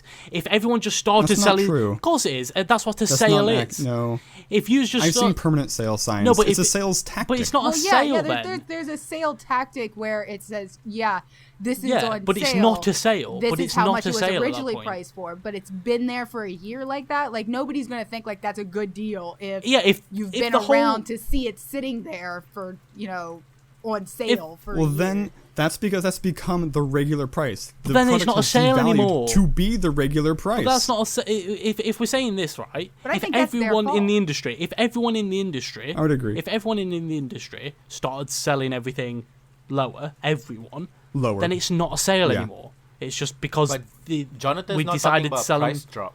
No, we are, but we're just saying. Oh, we decided to put everyone just started selling them lower because more people What bought Jonathan it. says is the if a game constantly being on sale for 50%, then the new price is like the 50% price. But it's not But technically the a only price reason, drop. the only reason someone would set something else at the 50% price is because the thing on the 50% price was selling better. So it's as simple as that. That's true. So it We're sold not saying better. So sales Sounds we like you're that- agreeing We're not with me. saying sales hurt. the No, I'm sales not of the saying games. that. I'm just. I guess it's an insulting question. I just think is what I'm saying. I don't necessarily disagree with the premise. I just think it's a very insulting thing to say, oh, we have to talk about this. That it's devaluing stuff. I think it's the word devaluing that really annoys me. It's not I think you guys are devalue. getting caught up on that. Devaluing, like, gives the impression that they aren't worth as much. You think it's crappier. Yeah, Sure. but And that's inaccurate, but yeah, I can see why that would come I about. think if people said, "Oh, it's lowering prices," well, yeah. I think it's the word devaluing that's annoying me. It doesn't devalue them. It's just it lowers the uniform price, which I don't think is a bad thing. Yes. I, So we all agree. I think Yeah, it's and I that mean, word when that annoyed me. when it comes Yeah, to I mean, that's sales, fair. when it comes to sales, I mean there is the point where a sale is literally supposed to be for a short amount of time. That's what a sale is. It's and the intent. they- Yes. and that's what it is. If somebody makes their sale go on for a year, then that's their fault that they have put that price on their product now. That has absolutely nothing to do with anybody outside of it. It's the people putting it on sale. But my thing Well, is, But the problem problem is is- we're thing buying is- it on sale. If it drives the but non-sale what guys I, out of what I was business. going to say was that when it comes to Steam sales and the fact that they are exclusive sales where it happens and then it goes away and you can't get it for that price until another sale comes through, there are going to be You just people, wait a few months, though. There are going to be people who will only buy on Steam sales, regardless gonna of be, though. regardless of why it is, regardless. I'd if say they just- most. I would say Am I most the only people. one that sees Steam sales all the time? Like I Well, see yeah, Steam well, No, no, no, I you see see sales, but sales. no. You see games on sale, but you don't see Steam sales. You don't see like the big. There Right. are always games There's on a sale. difference. But my Like, point there are is, always games on sale. that there will be people who will only buy on Steam sales, regardless if that's just because they don't want to pay that much money or they can't pay that much money or for whatever reason. There will be people that will only buy on Steam sales. Yes. But there Yeah, will of course also there be will. people who are going to buy the game regardless of whether or not it's on sale That's me. or not. I do that all the time. So I don't always- think it's really So- I don't think it's making people think that the games are worth less. I No, just that's think the that point. when That's we- what we're saying. They're not. But what's the That's not what we're majority here? saying. Yeah, it's Right. I think what we're doing is we're getting. I think it's the word devaluing that's really insulting, because it like I said to John, it gives the impression like it's worth less, and that's not what Yeah. they're saying. Yeah, That's yeah, not and what I they're mean- saying. Yeah, I know. It's just I don't know. I will to play devil's. Go ahead. Sorry. To play devil's advocate, I will say I think that there are some people who do think the games are worth less yeah. because of Yeah, sales. yeah. Like there's a kind of gross thread on NeoGAF of people who keep track of how many games they've bought versus how many games they played. And I think like back in the day, if you bought a game, like this is the new game, I'm gonna play the shit out of this game. Now, even me, I have to very closely monitor my Steam library so I don't outstrip myself too I've much. got like 90% of my library. Like, I try to play everything. I I have have played enough- 90% of my library. I have enough games to play. I have enough games to play in my Steam library until I die. Yeah, I have 300. I think I have 300 games, and I haven't played like 250 of them. But see, I think Right. that's another I- thing. It kind of goes away from the devaluing thing, but I think that's another thing that Steam sales provide developers is the fact that no, a person might not go through Steam and be searching for games and find your game for $15 and buy it But if they come through and they see it for 50 cents, they'll say, yeah, you know what? I'll give it a try because why not? And then you get that purchase and you get the people that are buying your game, reviewing your game, and liking your game. And I think the problem is with the number of people who will buy the game for 50 cents and never even install it. Yeah, Yeah. that is a problem. So Because that's not giving a reception to the game. Then that's just someone buying it because it was 50 cents and then never playing it. I'm guilty true. of that. I mean, I've I done can't. I think we're all guilty of that. I've never done that. I've never done that. I I've think- never paid money for anything and then, or for a game and then just not played it because, My- like I said, Humble bundles are the Yeah, worst. for yeah. that. Most of my games from Humble Bundles. But my quick question: do you like the saying, the statement that is devaluing video games? Are the people in the industry saying that this is a bad thing? some.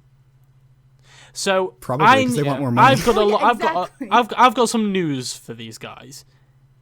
It's not the first time that this has happened. Multiple merchandising, multiple genres of music, video games, whatever, used to cost a shitload, and now don't, because people thought it was dumb. That's how finance works. People didn't buy it at that price; they bought it at a lower price, so everyone started selling it at a lower price. That's just how finance works. And I'm sorry to break it to them, but It's a fluid market. tough luck at the end of the day. Yeah, it might suck, but so what? Like, the fact of the matter is that if you can't just go into it thinking, oh, I'm definitely going to sell it for $6 or there's no point. You have to price it competitively. Yes. To what the players value the game. Exactly, because it's the community that make your game. but see, my thing is that AAA games are never going to do that because AAA games have been $60. They don't want to do that. It's hard to say. No, never. they don't want to do that, but it will absolutely happen. Maybe in the next like 5 to 7 years, Yeah. but not If in the, people- not in the it's- near future. I guarantee. Well, it's down to the community. It's down to the consumer. If consumers But stop buying nobody's- games at a certain there- price, There's too then- many people. There's too many people that will continue to buy Call of Duty and Grand Theft Auto and all the other things that come out at $60.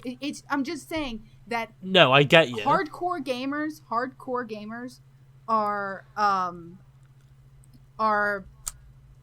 we're a smaller market than the casual Yeah, we are. gamers that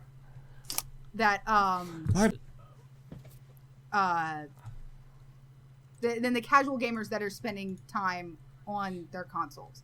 I'm just saying, like, when it comes to how much people are willing to pay for it, I think that the people that are really stopping to think about how much games are worth, I think we are the minority. And I think that the rest of the people just say, you know what, hey, I don't care how much it's going to cost. I'm going to continue to pay this. And until we get the majority of people saying that that the price is too much, then it's not going to change. So I don't foresee it changing. Soon. I couldn't disagree more. I think that you're looking at it in the wrong way. Let's say that I might Call of be, Duty. but I'm just Let's say saying. Call of Duty sells 10 million copies, right? Mm-hmm. So you assume that the only reason it will change is if most of those people stop buying it because of the price. That's not how companies look at it. If they lose 2 million of those 10 million purchases, they will change the price. That's a lot for them. If they lose 10% of their sales, that's huge in the AAA market. That's massive. It's not about the majority. It's about a large minority. Okay. Stopping Then purchases. let me word it a different way. Let's say for you and Shar, if there was a AAA game that was coming out that you were unbelievably excited for, like you couldn't imagine them creating a better game or a game that you wanted to play more than this, but you still think it costs too much. Would I'd you still not buy it. Would you I'd not still buy buy it it. just on the premise? That's Well, it depends. my point. No, but it That's depends. my point, though. It depends. If I see a game, because no game's ever going to be like that. I think that's an unfair metaphor. If I Okay, see a game that I think looks really good, but then let's say I see a game that I think looks equally good, being sold for £10 less, then people will start to question. If more But it's never games going of to be the equal, same game. But it's never going to be the same thing. well, it doesn't matter if it's the same. What do you mean? It doesn't but matter But as long as it does because there are people who, okay, let's just say like Battlefield and Call of Duty, because those are two first-person shooter games. If Battlefield stops selling their game, cheaper, Call of Duty will shrink. No, but see, this is my point, is that people from Call of Duty don't necessarily like Battlefield, and even though they're close to the same product, if Battlefield was cheaper, the people that are consistently playing Call of Duty would probably continue to buy Call of Duty, even though there's another first-person shooter that's I'm cheaper. Not going to disagree with you, but I'm also going to say that I think that's an assumption that we're not really able to make. I mean, because that's just the way that I think about it. I mean, maybe, but I don't know. Like, maybe they would switch, maybe they wouldn't. There's no way to know because none of them are ever going to sell their games cheaper unless something big happens. But, you know, I think that's all I have to say is I think devaluing was the word that really annoyed me. I think it was a patronising word to use, to think that, oh, these games are worth less. I think that's the impression that word gives. If they'd have said, oh, the uniform price of gaming is going down because of sales, then yeah, we can have a reasonable discussion. But if you say, oh, it's devaluing the gaming industry and all this, I think it's a really patronising word to use. And it's really offensive. To who? To consumers. And other developers. Because some developers might not mind selling their games for lower if it's going to get them more sales or for any reason, whatever. I think it also makes the people that do buy on sales, regardless of whether or not they only buy on sales or not, it makes us feel guilty about it. Like kind of, like maybe we're doing a bad thing for buying games on sale. Do you feel guilty? And not paying full price. Sometimes I do, yes. I mean, sometimes I actually do. If I see a game if I buy a game on sale, let's say it's 50% off, and I think it was well worth the price it was marketed at, the original price, then I'll think, wow, maybe I should have bought it when it wasn't on sale. Because I like to support developers, AAA or not. They all work very hard, I'm sure. So yeah, I like to support them. So yeah, if I see a game and I buy it on sale and I think, wow, this really was worth what they were saying it's worth, then yeah, I'll be like, oh, maybe I should have bought it.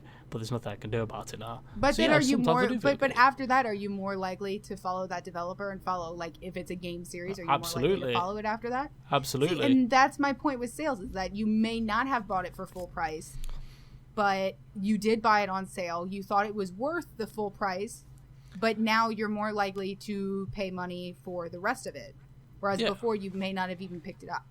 So I think Steam sales are a good thing for especially indie game developers, or especially. But I think it makes me feel guilty saying, you know, oh well, the Steam sales and all the video game sales are devaluing video games, and that makes me feel guilty because I'm like, well, I can't afford video games at any other time, and I feel bad about that, and I'm sorry, but Steam sales give me the ability to have games, you know? Yeah, I agree. So nothing else. I think let's move on to I think Nathan's favorite topic today. Yeah, man. Yeah, man. So I'm just gonna, because basically this topic came out when someone sent us a question. Diamond Dave, again the same guy, the co-host of Podcast Without Borders. So he sent this questions basically. With the rise of MOBAs, how do you think each differs in the competitive market, like LOL, Heroes of the Storm, and Dota 2? I was going to say, what does he mean by differs? What does he mean, how does it differ? Yeah, I forgot to ask him. As in the community? Or as in the actual... Yeah, I forgot yeah, so basically, from that question, we came up with like the topic to talk about today, which is how did MOBAs... Well, I think we can talk about a few things. How did MOBAs dominate eSports? Right. The difference between the competitive scene between the different MOBAs, as well as what is MOBA, how is MOBA's success contributing to the eSports in general, overall. So this is actually a really interesting topic. I think the thing that, to start off, I think I'd like to start off with the last one actually. How does it affect the eSports? It could go either way. Some people out there would actually say that it's damaged the esports market in some way. Because, for example, StarCraft, as we all know, was the esports to go to before LoL and Dota came out. And when LoL and Dota came out, StarCraft kind of died.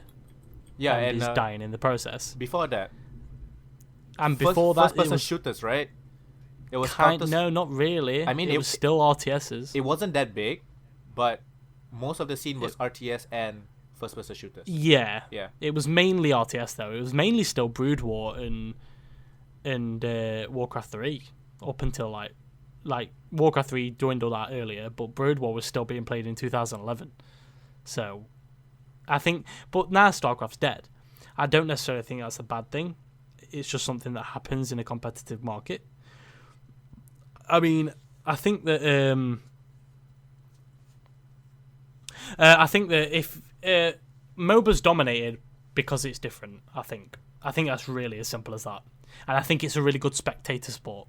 I think that StarCraft is really difficult because the analysts I watched, at least, were very good at being commentators for StarCraft fans. But for the everyman who might have just watched this StarCraft for the first time, I can see why it might be a bit intimidating. Because StarCraft 2 was an insanely difficult game. Such a difficult game. I'm not really as well versed on the competitive side of it and the tournament side of it. But I know for me, just as a player who was extremely new to MOBAs when I was first coerced into playing League of Legends, the community, and it's not even, it's this weird mentality that it seems like the majority of people get when they play. I don't know if it happens with all MOBAs, but I know it happens with League, is that even people that you're friends with get extremely angry at you for not being very good, even when you first start playing. So for me, I never got good at League. Because every time I went to go play it, regardless of either I was playing with my friends or I was just playing online, either time I went and I was trying to get better, like I would just sit in bot games all the time just because that was the only way I could even enjoy it. But you never really get better just playing bot games because you need to play against real people. And anytime I went to go play against real people, it was so intimidating, and it was not at all welcoming, and it just made me not want to play it anymore. So I never got any better at it. I don't know if the tournament side of it is as like cutthroat and is as terrible. Not even nearly. But I know that the base community of it, because you're usually playing with a team, is which is it's like because it's a team game. Yeah. In StarCraft, you didn't have that problem. It was 1-on-1. It was you playing another dude, whoever won. Like it was as simple as that. Like I played, my first MOBA was Dota 1, and we used to go to we used to go to cyber cafes and play those. Oh man, the whole entire cyber cafe was just like loud of people asking each other to heal, asking each other to chase people. Yeah, it's but I will say directions. Sorry, go ahead. On the community, this actually probably links into what you're saying. Dota 2 or Dota 1, sorry. It isn't like that. League of Legends is the only game I've played that has people like that. Directions are fine. Exactly. But, directions, I would welcome directions, but when you're just like spewing random hate bullshit towards League a of person Legends. that is obviously either just A, not very good because they haven't had the time to play it, or new at the game. Like, you're just throwing out people like right out of the gate. I've put 2,700 hours into Dota 2, and I've never really had that problem. I never felt like I was condemned by anyone unless I did something incredibly stupid in Ranked. In Ranked, it's a whole new system. If you fail and you cost your team the game, you're costing your team league points. You are contributing to them getting lower in ladder. I can see why someone might be mad at that. If there's someone out there aspiring to be a pro and they want to get better at the game, if you cost them a match and cost them league points, I can totally understand why someone will be angry at that. Some people do go overboard, but it's a competitive game. Can we get back into the competitive side? The question was about the competitive side. The competitive side. It's not cutthroat at all. I've been to bar crafts. I've been to, pub stunts and stuff to watch these professional tournaments. What do you think is different between like the LOL, Dota 2, and maybe Heroes of the Storm? I don't think there's I think it's really simple how hard the game is. Dota, you've played Dota. Yep. You should know. Yep. One of probably the most difficult game I've ever played in my life. Yep. it is. But League of Legends is a more casual version of Dota, and Heroes of the Storm is a more casual version of LoL. I think it really comes down to that. Maybe I should pick that one up. Yeah, I think Hence why, it's a very good team-oriented. Like even the experience is shared between the team. Nobody's what for Heroes of the Storm. So for Heroes of the Storm. So yeah, it was just a more casual version of LoL. But in terms of like overall esports, I think MOBAs helped put esports onto the. Map, yeah. I mean, I'm looking at the top 10 largest prize pools in esports. Oh, and I've got that open as well. Yeah, the first 9 are MOBAs, and then Call of Duty 2013. I mean, and actually it'll be the first 10. Yeah, the first 10 after the new international 2015. Yeah. So for everyone listening, the number one is, and I'm just going to spew out the top 3 here.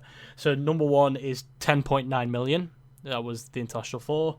Then 3 million for DAC. That was Dota again. And then the international 2013 was 2.8 million. That was Dota again.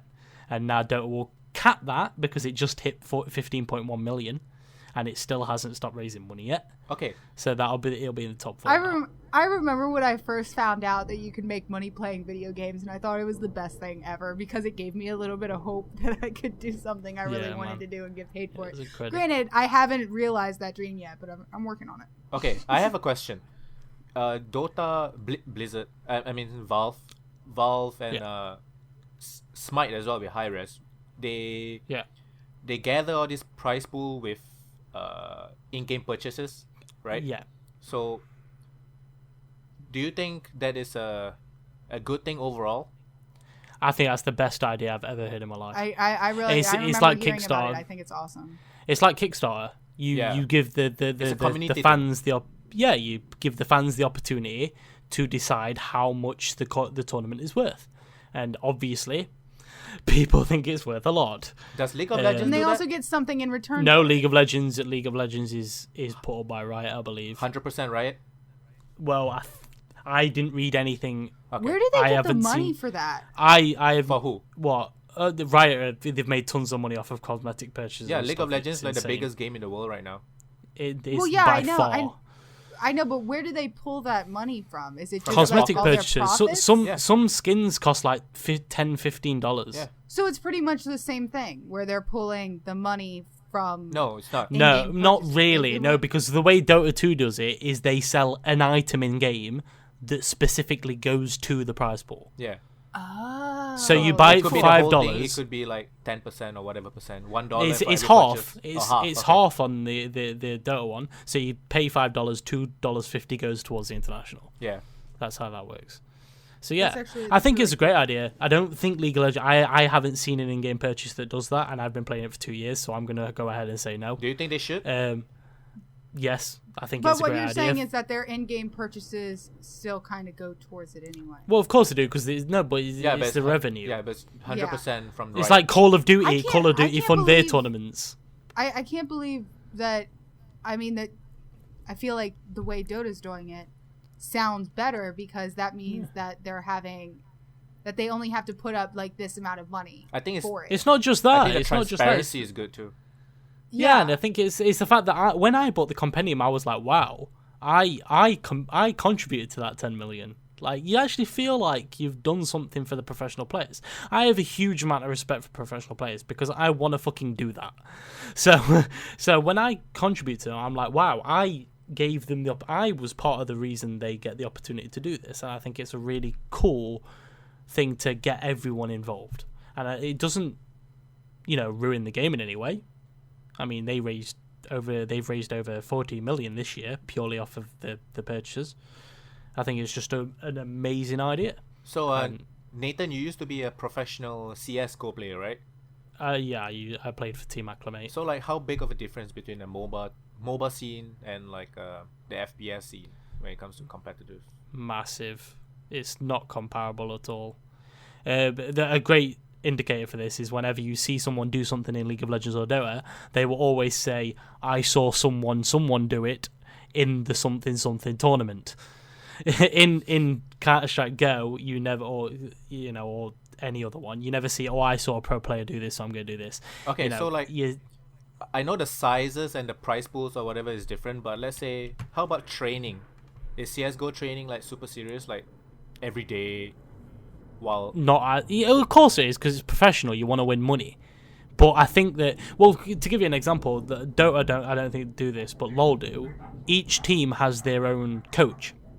yeah, So they have a coach, and when they go up on stage to choose their characters, their coach tells them what to pick and ban. They have an analyst in the team. The coach also does all scouting and all that, right? Yeah, they do all that stuff, and that's League of Legends. But I don't think anything in any of the FPSs do any of that. Oh, not that I've seen. You So kind there's of not just much do it yourself. Analysis, only by the players. There is, but not on the same level. Not nearly on the same. You have teams of analysts on LoL teams now. It's a thing, like it's mental. You do have analysts, but it's not on the same level at all. It just shows with how popular League of Legends is and how many people tune in to watch a League of Legends tournament. I think they capped out at 600,000 on Twitch. The last tournament I was watching. So like the LCS gets 500,000 constantly. I just want to bring up the point of Heroes of the Storm, because they are made by Blizzard, which is like a freaking huge company, and they've done this kind of thing before where they take a concept and they dumb it down. Basically, Hearthstone is like a dumbed down version of Magic, right? Magic. Yeah. So, and there's like a ton of players playing it right now. So, do you think Heroes of the Storm is able to make a dent? Not even close. Why not? It just won't, because for all the people I know who are hardcore MOBA fans won't touch Heroes of the Storm. Anyone who plays LoL or Dota like seriously will not even touch Heroes of the Storm. It's too dumbed down. If it's the same kind of game mechanic, wouldn't that mean that It's somebody not, that's though. really It's not though. So in my mind, I was thinking that somebody that was really good at League would be like. They've taken out tons. There's no last hit in Heroes of the Storm. There's no items last hit in. Do you know when you last hit a creep for gold? There's no items in Heroes of the Storm. All of the XP is shared between the team. You don't have your own XP bar. And then there's like time quest events kind of thing on the map. Yeah, it's stupid. I hate and that affects gameplay enough to where somebody that is good at League wouldn't be good at. No, it's not about being good. It's that anyone who seriously plays League of Legends or Dota doesn't like Heroes of the Storm. They don't like how it's designed. I'm a perfect example. I hate the way it's designed. I think aesthetically it's good. But if you could make money doing it, if they started doing tournaments, no. I'm not going to play a game I don't like just to get money. It's not. I play games to enjoy. I mean, myself. I've worked at places I don't like. Yeah, but but no, I don't think it will, because it literally only most of the Heroes of the Storm market is the casual gamer. Those casual gamers aren't the type of people who watch tournaments typically. Oh, okay, yeah, I can get that. Not to the same degree that people watch the international. Like I watch the LCS every day. I watch every match that takes place in the LCF every day because I love the professional scene. No, I don't think the Heroes of the Storm will make a dent. I could be wrong, but that's just my opinion. I think that Blizzard, time and time again, have taken. They had a huge opportunity to make a MOBA that mattered, and I think they blew it. I think they blew it in a big way, just to appeal to the lowest common denominator. I don't like their decision, but that's just my opinion. I'm always okay with more games, more competition. I'm always okay with that. I am, but I love MOBAs, and I think they've stripped away what makes a MOBA good. What I think Heroes of the Storm might be able to bring to the esports is bringing new people into the competitive scene, rather than LOL or Dota veterans. You know what I mean? I don't think so. Maybe though. I will say one thing. It might be something that's like since an it is a entry-level different game. audience, right? Kind of. I mean, relatively. But like I said, I don't think the people that play Heroes of the Storm are the type of people who watch tournaments, typically. But couldn't it be kind of like a gateway drug game where you play Heroes of the Storm and then you move on to play League or something like that? No, people like to say that works, but it doesn't. If you play LoL, try and go and play Dota. It will not help you in the slightest.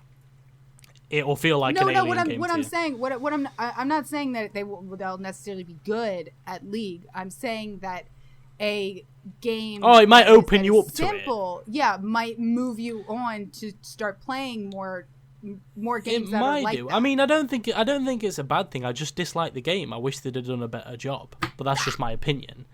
But yes, absolutely, they could draw in more viewership to Heroes of the Storm and League of Legends and Dota because people could move over. But I just don't like the game. I have no problem with Blizzard making a MOBA. I just don't like the game itself. I think it's a poor game. No, I don't think it will. I don't think it'll make it even a slight dent on what League of Legends or Dota. Dota is the most played game on Steam at the minute by a country mile. Yeah. I think it doubles or triples what the second Team Fortress 2's played hourly. It's insane. But Heroes of the Storm, I think it'll be played a lot, but I don't think it'll hit the numbers that Dota and LoL do now. I think the only thing I don't really like about Heroes of the Storm is the heroes are so expensive. Yeah, that's another thing that really annoys me. It's the same problem that LoL has, where it almost puts you in a position where you have to spend real money, and I don't like Dota. Literally everything you can buy on Dota is purely cosmetic. You don't have to buy it. You can if you want. I think there are so many champions in League of Legends that to get them all in a reasonable amount of time, you have to spend real money at some point. And I know that the only reason I ever got the only character person that I own on League of Legends is Teemo. And that's because one of my friends, who was the guy that actually got me to play it to begin with, realized I was shit at every single person, but I was kind of getting okay with Teemo. So he bought Teemo for me so I could actually get better at playing it. But I hate having to spend money in games. Yeah, I do. My thing is just that I'm okay with spending money in game, but my thing is that you should be able to, if somebody wants to buy it instead of work for it, cool, that's fine. But it shouldn't take me a year and a half to get enough in-game money to pay for something. Yeah. No, I agree. $5. Yeah, I agree. I mean, I have spent hundreds on League of Legends, so I'm not going to say I don't do it because I do. But the prices are extortionate for stuff on League of Legends. It's like, what kind of prices are it for Dota 2? Well, for Dota 2, for what? What for like skins? For skins, well, you don't actually have skins. You can buy different parts of the set. Oh, so it's like sets. So you can like buy different boots or different torso or whatever.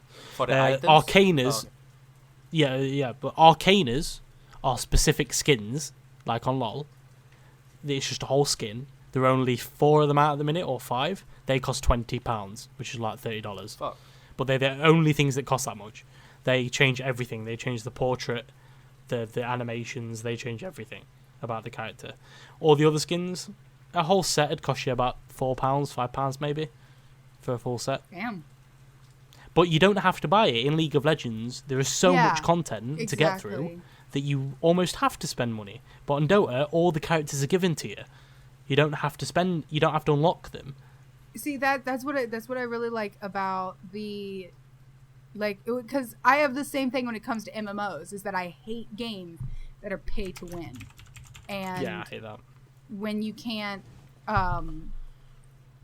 when it seems like completely impossible for you to ever be able to buy anything with your in-game money that you actually want to get, that pisses me off. Because, like, I don't really care when it's, you know, cosmetic shit and everything like that, although I would like a unicorn in every single game I go in. But when it's something that actually has to do with your actual gameplay, like, I hate when you're put in this spot where you're either going to be working your ass off for a really long time, being like half as good as you could be to get something that would make you better. I don't know. It makes me mad. Talking about a unicorn thing, do you know Trials Unicorns? Fusion? The unicorn thing. Yeah, I know Trials Fusion. So Trials Fusion has a new DLC where you play a cat with a gun on a unicorn. What? What? I have no idea what it's called. That sounds amazing. That sounds I feel like I've awful. seen a picture of that, but I thought it was just like an internet meme. They had a trailer one. I'm not sure if it's coming out like now. But yeah. So you play a cat on a unicorn. It's like a fire-breathing unicorn. And the cat has like a gun or Obviously. something. Yeah. I mean, obviously. Obviously. But yeah, Yeah. So the MOBA thing. That's it. Yeah, so I think it's incredible. I love MOBAs. I'm looking to see them grow. So yeah, everyone should watch the international this year. Support them. I think it's really good. what they're doing. Yeah, I definitely think history MOBAs making. helping to put esports on the map. Oh, definitely. But I hope that it's not just MOBAs though. I mean, I hope MOBAs help put I don't esports really on the mind. map, but I would rather have variety. I That's would, just me. but I don't really mind. That's because If you you- hate all the other games, Nathan. No, I love it. I loved it. I played CS:GO professionally, but I don't care if it's not there. I love MOBAs, so that's me. Okay, so we've reached the end of episode 7 of the playonultra podcast. Thank you for listening, and you can find us on playonultra.com. You can find us on Facebook, Twitter, and if you're listening to us on YouTube, do like, comment, and subscribe.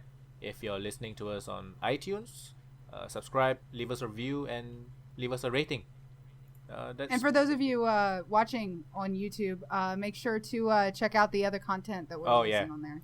So we're gonna do like gameplay videos, let's plays, stuff like that. So yeah, we're done. Thank you for listening. Bye. Bye.